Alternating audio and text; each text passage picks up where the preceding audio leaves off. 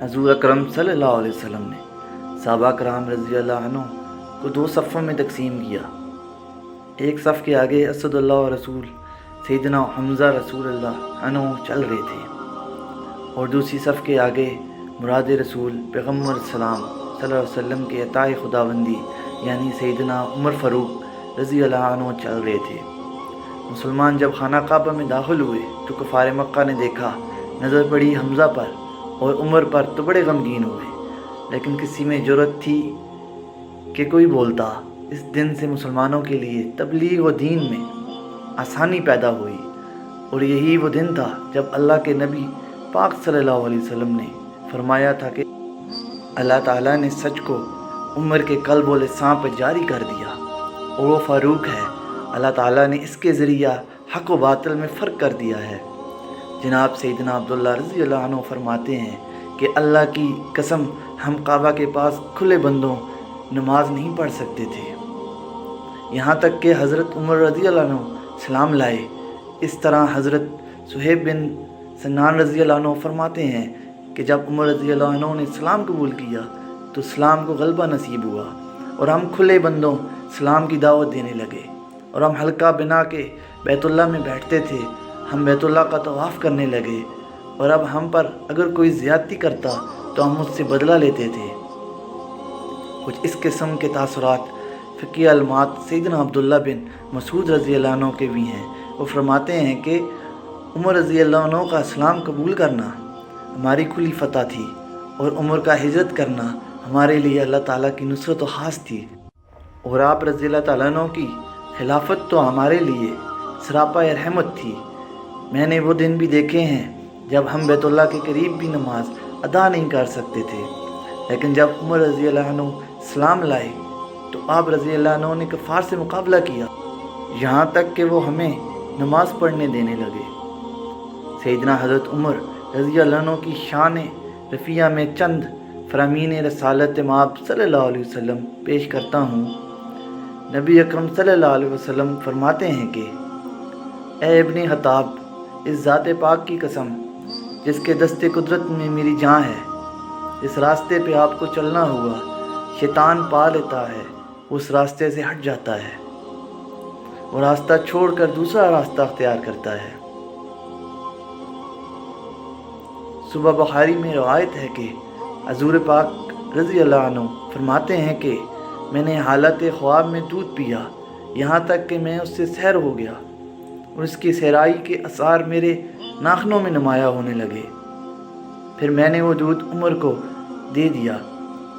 اصحاب رسول صلی اللہ علیہ وسلم نے پوچھا، یا رسول اللہ، اس خواب کی تعبیر کیا ہے؟ تو آپ صلی اللہ علیہ وسلم نے فرمایا، علم۔ اسی طرح امام بخاری نے ایک اور روایت بھی اپنی صحیح میں درج کی ہے کہ سیدنا ابو سعید خدری رضی اللہ عنہ فرماتے ہیں کہ میں نے رسول اللہ صلی اللہ علیہ وسلم کو یہ فرماتے ہوئے سنا ہے کہ میں نیند میں تھا، میں نے لوگوں کو دیکھا کہ وہ میرے سامنے پیش کیے جا رہے ہیں، اور انہوں نے قمیض پہنی ہوئی ہیں، کسی کی قمیض سینے تک اور کسی کی اس سے نیچے تک، اور پھر عمر کو پیش کیا گیا۔ انہوں نے ایسی لمبی و کھلی قمیض پہنی ہوئی تھی کہ وہ زمین پہ گھسیٹتی جا رہی تھی۔ اصحاب رسول صلی اللہ علیہ وسلم نے عرض کیا کہ یا رسول اللہ، اس خواب کی تعبیر کیا ہے؟ نبی کریم صلی اللہ علیہ وسلم نے فرمایا، دین۔ اسی طرح بڑی مشہور معروف حدیث نبوی ہے کہ نبی کریم صلی اللہ علیہ وسلم نے فرمایا، اگر میرے بعد کوئی نبی ہوتا تو عمر ہوتا، یعنی اگر سلسلہ نبوت جاری رہتا تو سیدنا حضرت عمر رضی اللہ عنہ بھی منصب نبوت سے سرفراز کیے جاتے۔ ایک حدیث مبارکہ میں ہے کہ رسول مکرم و معظم صلی اللہ علیہ وسلم نے فرمایا کہ تم سے پہلے جو امت گزری ہیں ان میں محدث ہوا کرتے تھے، اور میری امت میں اگر کوئی محدث ہے تو وہ عمر ہے۔ اسی حدیث مبارکہ میں لفظ محدث کی تشریح صاحب فتح باری علامہ بن حجر اسقلانی رحمۃ اللہ علیہ یوں تحریر فرماتے ہیں کہ محدث وہ ہے جس کی طرف اللہ کی طرف سے الہام کیا جائے، مولائے اعلیٰ سے اس کے دل میں القاء کیا جائے، اور بغیر کسی ارادہ و قصد کے جس کی زبان پہ حق جاری کر دیا جائے، یعنی اس کی زبان سے حق بات ہی نکلے۔ ایک بار سیدنا عمر رضی اللہ عنہ شفیع اعظم نبی اکرم صلی اللہ علیہ وسلم کی بارگاہ میں حاضر ہوئے اور عمرہ کی اجازت طلب کی، تو نبی مکرم اعظم صلی اللہ علیہ وسلم نے فرمایا، یا اخی اشرکنا فی صالحاتها ولا تشنا، اے میرے بھائی اپنی نیک دعاؤں میں ہمیں بھی شریک کرنا اور بھول نہ جانا۔ سلسلہ حدیث سے آخری حدیث پیش کرتا ہوں کہ یہ سلسلہ بہت دراز ہے اور دامن صفحات میں جگہ کم۔ بخاری شریف میں سیدنا انس بن مالک رضی اللہ عنہ سے مروی حدیث ہے کہ ایک دفعہ حضور پر نور صلی اللہ علیہ وسلم احد کے پہاڑ پر تشریف لے گئے۔ ہمراہ ابو بکر، عمر اور عثمان بھی تھے۔ احد کا پہاڑ لرزنے لگا تو حضور انور صلی اللہ علیہ وسلم نے اپنے قدم مبارک احد پر مارتے ہوئے فرمایا، اے احد ٹھہر جا، تجھ پر اس وقت نبی، صدیق اور شہید کے علاوہ کوئی اور نہیں۔ اس کے بعد سیدنا عمر رضی اللہ عنہ فرمایا کرتے تھے کہ اے اللہ مجھے اپنی راہ میں شہادت کی موت دینا، اور موت آئے تو تیرا حبیب صلی اللہ علیہ وسلم کے شہر میں آئے۔ آخری ایام حیات میں آپ رضی اللہ عنہ نے خواب دیکھا کہ ایک سرخ مرغ نے آپ کے شکم مبارک میں 3 چونچیں ماری۔ آپ نے یہ خواب لوگوں سے بیان کیا اور فرمایا کہ میری موت کا وقت قریب ہے۔